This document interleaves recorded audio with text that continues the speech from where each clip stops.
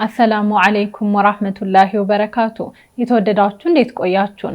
የመጋቢት 7 2018 ወይም የረመዳን 28ኛ ምሽት ሚንበር ኸበር ጀመረ።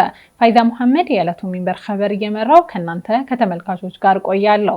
እስከ ፍጻሜው አብራችሁን እንድትዘልቁ በአክብሮት እየጋበዝኩ ለዕለቱ ከያዝናቸው ጉዳዮች መካከል አበይቱን አስቀድማለሁ።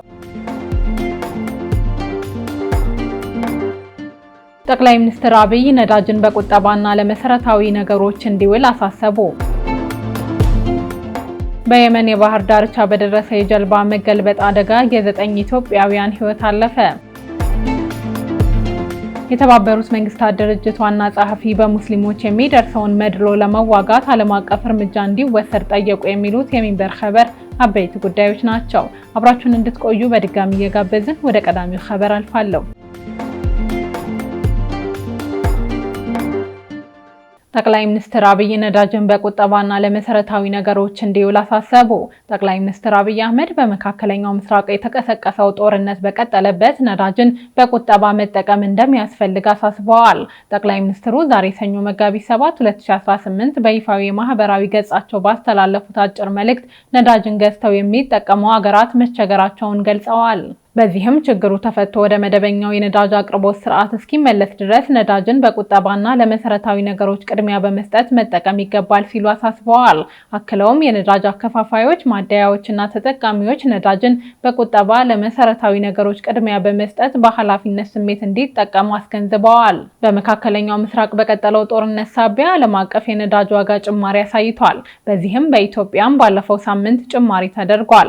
የገንዘብ ሚኒስትር አህመድ ሽዴ በወቅቱ በሰጡት መግለጫ በዓለም ላይ የተፈጠረው የነዳጅ አቅርቦት መስተጓጎል ምን ያህል ጊዜ እንደሚቆይ ስለማይታወቅ ህብረተሰቡና ተቋማት ነዳጅን በከፍተኛ ቁጠባ እንዲጠቀሙ ማሳሰቢያ ሰጥተው ነበር።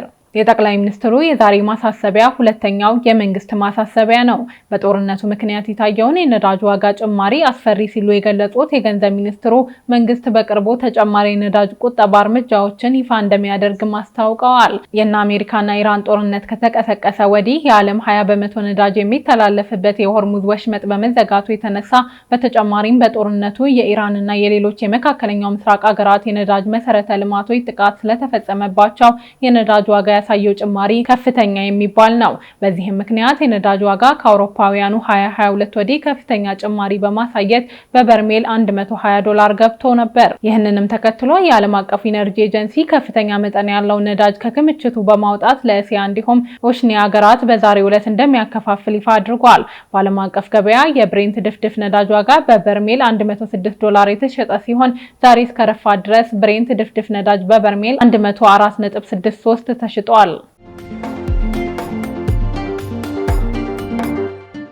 በየመን የባህር ዳርቻ በደረሰ የጀልባ መገልበጥ አደጋ የ9 ኢትዮጵያውያን ሕይወት አለፈ።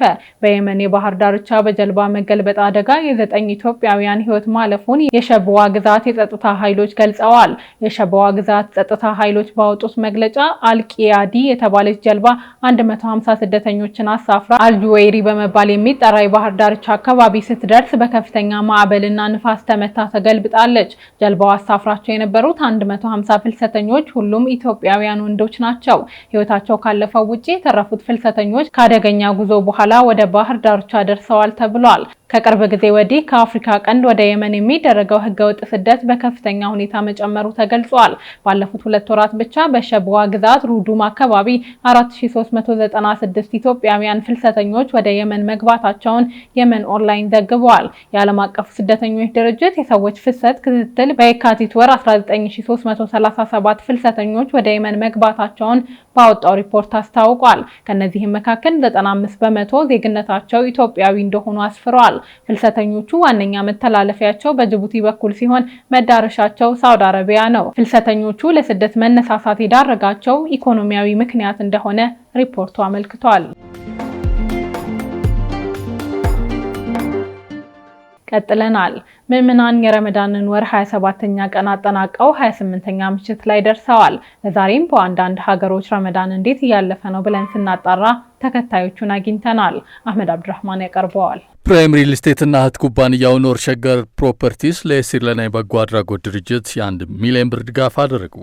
ፕራይም ሪል ስቴትና እህት ኩባንያው ኖር ሸገር ፕሮፐርቲስ ለሲርለና የበጎ አድራጎት ድርጅት የ1 ሚሊዮን ብር ድጋፍ ያደረጉት በጋራ ባዘጋጁት የኢፍጣር መርሃ ግብር ላይ ነው። ሁለቱ ኩባንያዎች በበጎ አድራጎት ድርጅቱ የኢፍጣር መርሃ ግብሩን ያካሄዱት መጋቢት 5 2018 ነው።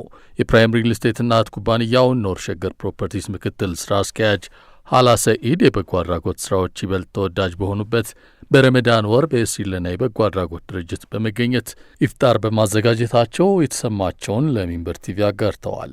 እውነት ለመናገር ወላሂ በጣም ስሜቱ ደስ ይላል። በጣም ከባድ ስሜት ነው ያለው። ማለት አፍጥርህን ተካፍለህ እንደዚሁ ያንተን እርዳታ ወይም ያንተን አፍጥር አብሮ መብላትን የሚፈልጉ ሰዎች ጋር ከማስፈጠር በተጨማሪ ባሻገር ደግሞ ያንተ እዛ ቦታ ላይ መገኘት ራሱ የሚሰጣቸውን ስሜት ማየት ባይን በመቻላችን በራሱ በጣም ደስ ብሎናል። ፕሮግራሙ ኩባንያዎቹ ከዚህ ቀደም ሲያደርጉት የነበረው የበጎ አድራጎት ተግባር አንዱ አካል ነው ያሉት ምክትል ስራ አስኪያጇ፣ ኩባንያዎቹ ማህበራዊ ኃላፊነትን በመወጣት ረገድ የሚያደርጉት ተሳትፎ በቀጣይ ተጠናክሮ እንደሚቀጥል ጠቁመዋል። ፕራይም እና ኖር ሸገር ከዚህ በፊትም እንደዚህ አይነት ተግባራት ላይ ይሳተፋል። በእርግጥ በጎ አድራጎት ድርጅቶች ላይ በመምጣት ሳይሆን ራሳችን የምናስገነባቸው ሳይቶች አካባቢ የሚሰሩ ሰራተኞቻችን ላይ ነበረ ይህንን በጎ አድራጎት የምናደርገው። አሁን ደግሞ ሰፋ አድርገን ማህበረሰቡን የያዘ እንደዚህ ትልቅ በጎ አድራጎት ድርጅት ላይ መምጣት ጀምረናል ማለት ነው። ያው የሆነ በጎ አድራጎት ድርጅት መሄድና መስጠት ስትጀምር ያ መጀመሪያው ነው የሚሆነው። ማለት ስሜቱ ሲጋባብህ ነው ቀጣይ ምን አደርጋለሁ የሚለውን የምታስበውና ዛሬም እኛ እዚህ የተገኘንበት ምክንያት እሱ ነው። ከዚህ በኋላ ከሲርለና ጋር እንዲሁም ደግሞ ከሌሎች ድርጅቶች ጋር ፓርትነር ወይም አብረን እንሰራለን ብለን እናስባለን። የበጎ አድራጎት ድርጅቱ መስራች ኡስታዝ ኑሩ ቱርኪ ባደረጉት ንግግር የኢፍጣር መርሃ ግብሩን ላዘጋጁት ኩባንያዎች ምስጋና አቅርበዋል። ከእህት ኩባንያው ኖር ሸገር ፕሮፐርቲስ ጋር በሲርለና በጎ አድራጎት ድርጅት ኢፍጣርና የገንዘብ ድጋፍ ያደረገው ፕራይም ሪል ስቴት በቤት ልማት፣ በግንባታ ማሽኖች፣ በፋይናንስና በስራ ፈጠራ ውስጥ ከ10 ዓመታት በላይ ጥምር ልምድ ባላቸው አጋሮች የሚንቀሳቀስ የሪል ስቴት ልማትና በግንባታ ዘርፍ የሚሰራ ኩባንያ ነው። ኖር ሸገር ፕሮፐርቲስ በአሁኑ ሰዓት በአዲስ አበባ ከተማ አራዳ ግራንድ ሞልን እያስገነባ የሚገኝ ነው። ራሚስ ባንክ ማህበራዊ ኃላፊነትን ለመወጣት በቅርቡ አዲስ ፕሮጀክት ይፋ እንደሚያደርግ አስታወቀ። ሙሉ ለሙሉ ከወለድ ነጻ አገልግሎት የሚሰጠው ራሚስ ባንክ የረመዳን ጾምን ምክንያት በማድረግ ከሰራተኞቹ ጋር የማጠቃለያ ኢፍጣር ፕሮግራም አካሂዷል። የባንኩ ዋና ስራ አስፈጻሚ አቶ አሊ አህመድ አሊ ባደረጉት ንግግር ሰራተኛው ባንኩን ወደ እድገት የሚያንቀሳቅስ ትልቁ ኃይል መሆኑን በመግለጽ የእያንዳንዱ ሰራተኛ ትጋት፣ ብቃትና መተባበር ተቋሙን ትርፋማ በመሆን ወደፊት እንዲጓዝና ለደንበኞቹ የተሻሻለ አገልግሎት እንዲቀርብ ትልቅ ሚና እንደሚጫወት ገልጸዋል። የባንኩ ምክትል ዋና ስራ አስፈጻሚ አቶ ከድር አባስ ለሚንበር ቲቪ እንደተናገሩት በረመዳን ወር በተለያዩ የኢትዮጵያ ከተሞች ማህበራዊ ኃላፊነትን ለመወጣት ለተለያዩ የማህበረሰብ ክፍሎች ድጋፍ ሲያደርግ መቆየቱን አስታውሰዋል። አቅም ለሌላቸው ወገኖቻችን ማህበራዊ ኃላፊነትን ከመወጣት አኳያ ስንቃቸውን አቅርበናል። በተለያዩ ከተሞች እንደዚሁ በጋራ ሻሸመኔም የተለያዩ ከተሞች ላይ በጋራ አፍጥረናል። እስካሁን ስንሰራ የነበረው ከውጭ አካላት ጋር ከደንበኞቻችን ጋር የነበረ የኢፍጣር ፕሮግራም ነበረ። እሱን አገባደን ዛሬ ላይ ከቤተሰቦቻችን ማለት ከራሚስ ቤተሰቦች ጋር በጋራ ሆነን አብረን እያፈጠርን እንገኛለን ማለት ነው። ይህንኑ ማህበራዊ ኃላፊነቱን ለማስቀጠል በቅርቡ አዲስ ፕሮጀክት ይፋ እንደሚደረግም ጥቆማ ሰጥተዋል። ማህበራዊ ኃላፊነትን ከመወጣት አኳያ አቅም የሌላቸውን አቅመ ደካማ ወገኖቻችንን የመርዳት እንዲሁም ቀለብ የመስፈር እንዲሁም ደግሞ አብሮ በጋራ ከነሱ ጋር የማፍጠር እነዚህን የመሳሰሉ ስራዎች ሰርተናል። ነገር ግን እንደ እቅድ አሁንም ይዘን እየሰራን ያለው ነገር አለ። ሜቢ ለእናንተ ብስራት ሆኖ ይመጣል ብዬ ነው እኔ በቀጣይ ጊዜ ማስበው። ይሄ ምግብ ነክ ነገሮችን ከማሟላት አኳያ ብቻ ሳይሆን ማህበራዊ ኃላፊነት አንድን ሰው አቋቁሞ ወደፊት ዘላቂ የሆነ ህይወቱን ሊኖር የሚችልበትን ምህዳር ማመቻቸት ስራ በሰፊው እየሰራን ያለነው። ሳልጨርስ ምንም ነገር አልልም ብዬ ነው። ያኔ እናንተም ብስራቱን ተቋዳሽ ትሆናላችሁ ብዬ አስባለሁ። በዝግጅቱ ላይ የባንኩ ቦርድ አባላት፣ ማኔጅመንት፣ ተጋባዥ እንግዶችና የሚዲያ ተወካዮች ተገኝተዋል። ሳውዲ አረቢያ መስጂድ አልሐረም በረመዳን 27ኛው ሌሊት በሙሉ የመያዝ አቅሙ ምዕመናንን አስተናገደ። እሁድ መጋቢት 6 2018 በረመዳን 27ኛው ሌሊት በመካ ከተማ የሚገኘው መስጂድ አልሐረም በምዕመናን ተሞልቶ አሳልፈዋል። በሌሊቱ የሰላት ክፍለ ጊዜ በረመዳን ወር የኡምራ ስነ ስርዓት ለሚያከናውኑት ተጓዦች ቅድሚያ እንዲሰጥ ተደርጓል። ከዚያው ለሰላት ብቻ የወጡ ምዕመናን ደግሞ በሌሎች ክፍት ስፍራዎች እንዲሰግዱ መደረጉን የሳውዲ አረቢያ መገናኛ ብዙሃን ዘግበዋል። የሳውዲ ባለስልጣናት ወደ መስጂዱ የሚገቡ ሰዎችን ቁጥር ለመቆጣጠር ጥብቅ ክትትል ሲያደርጉ እንደነበረም ተገልጿል። መግቢያ በሮች አካባቢ የሚገኙ የጸጥታ አካላት ለሰዎች ፍሰት ምቹ ሁኔታዎችን ለመፍጠር ጥረት ማድረጋቸውንም ኢስላሚክ ኢንፎርሜሽን ዘግቧል።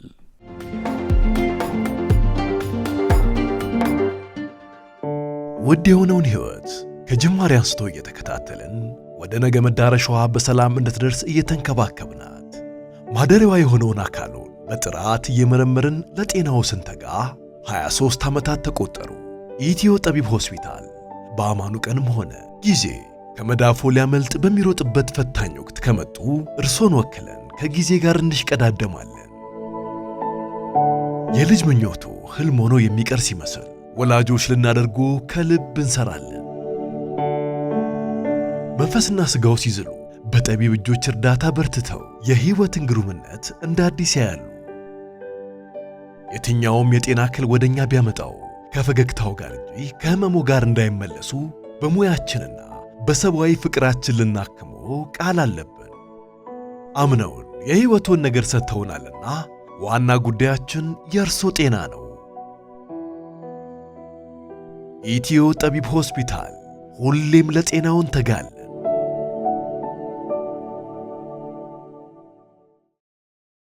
ለተከበራችሁ የእስልምና እምነት ተከታዮች እንኳን ለ1447ኛው የታላቁ ረመዳን ወር በሰላም አደረሳችሁ። ሁሉም የረመዳን ቀናቶች በኢባዳ የደመቁ፣ በኸይር ሥራ ያሸበረቁ፣ የሰላም የደስታና የበረካ እንዲሆንሎ ከልብ እየተመኘው ወቅቱ አብሮነት፣ መረዳዳት የሚጎላበት ባንካችንም የደንበኞቹን ፍላጎት እና እሴቶች ባከበረ መልኩ ተገቢውን አገልግሎት በታማኝነትና በቅንነት በመስጠት ላይ ይገኛል። በዚሁ አጋጣሚ ወደ ባንካችን ቅርንጫፎች ጎራ በማለት እንዲሁም ባሉበት ሆነው የባንካችንን የዲጂታል መተግበሪያዎችን በመጠቀም ከባንካችን ጋር እንዲሰሩ በአክብሮት ግብዣዬን አቀርባለሁ። መልካም የኢባዳ ጊዜ ይሁንሎ ይሁንልን።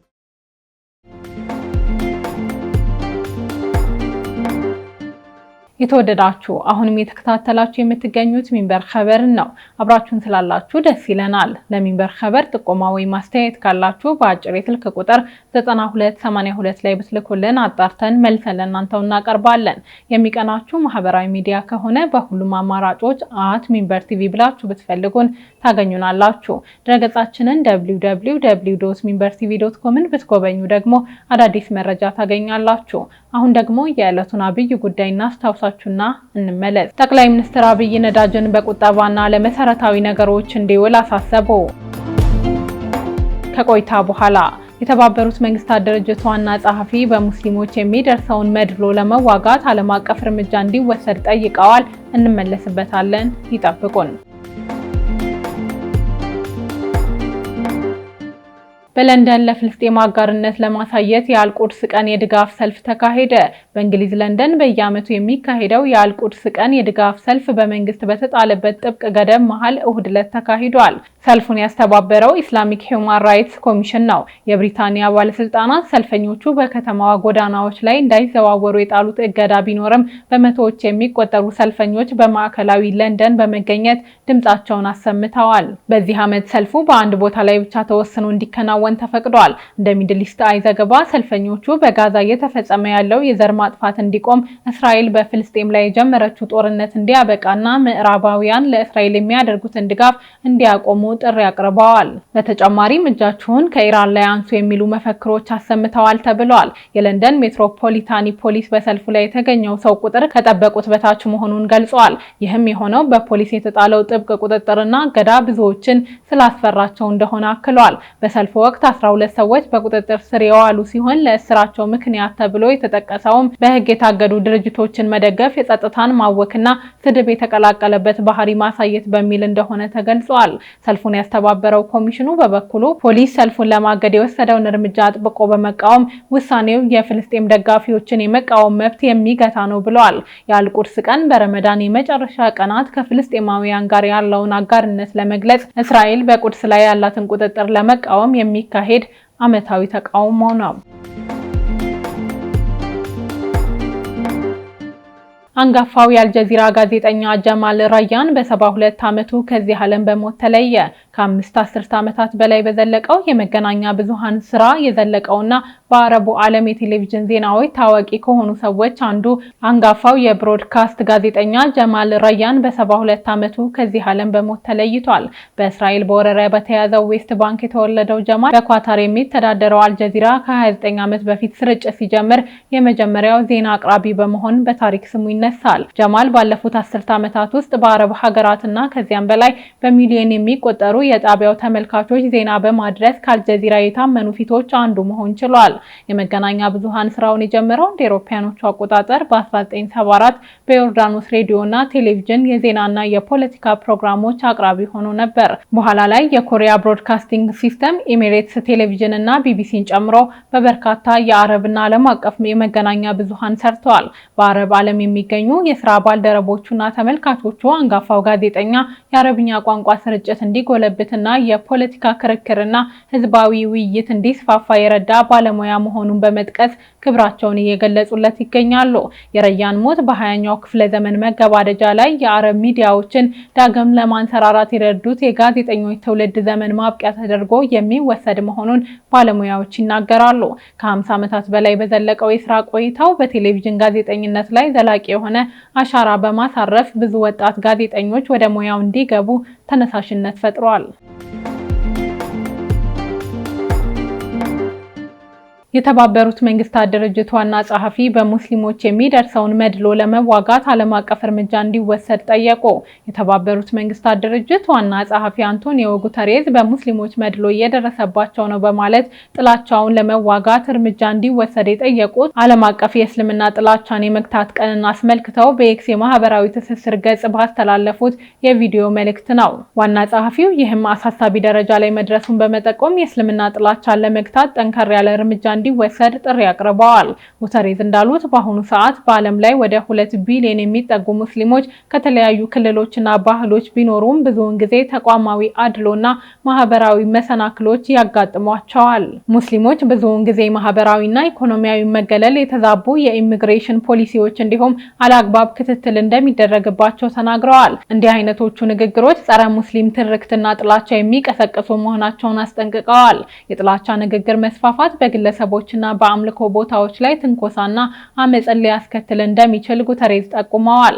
መንግስታት የጥላቻ ንግግርን ለመከላከል፣ የሃይማኖት ነጻነትን ለመጠበቅና ዓለም አቀፍ የሰብአዊ መብት ህጎችን ለማክበር ቁርጥ ያለ እርምጃ እንዲወስዱ ማሳስበዋል። በኢንተርኔት ላይ ያሉ መድረኮች በሃይማኖታቸው ወይም በእምነታቸው ላይ ተመስርተው በግለሰቦች ላይ የሚደርሰውን ትንኮሳና የጥላቻ ንግግር ለማስወገድ መስራት እንደሚኖርባቸው በማሳሰብ ጭፍን ጥላቻን፣ የውጭ ዜጎችን መጥላትና መድሎን እንዲቃወሙ ማበረታታት እንዳለባቸው ተናግረዋል። በዚህ ዓለም አቀፍ የእስልምና ጥላቻን የመከላከል ቀን የእምነት ልዩነት ሳይኖር ለእኩልነት፣ ለሰብአዊ መብትና ለእያንዳንዱ ሰው መከበር ቁርጠኛ እንሁን ብለዋል። የእስልምና ጥላቻን መቅሰፍት ከሁሉም ሀገራትና ማህበረሰቦች እናስወግድ ሲሉ አክለዋል። የተባበሩት መንግስታት ጠቅላላ ጉባኤ መጋቢት 15 ዓለም አቀፍ የእስልምና ጥላቻን የመከላከል ቀን ሆኖ እንዲከበር ውሳኔ ያሳለፈው በ2022 ነበር። ወደ ተመልካቾች ለዛሬ ያዘጋጀነው የሚንበር ኸበር በዚሁ ተጠናቀቀ። ፋይዛ መሐመድ አብራችሁ ቆየሁ። ወሰላሙ አለይኩም ወራህመቱላሂ ወበረካቱ።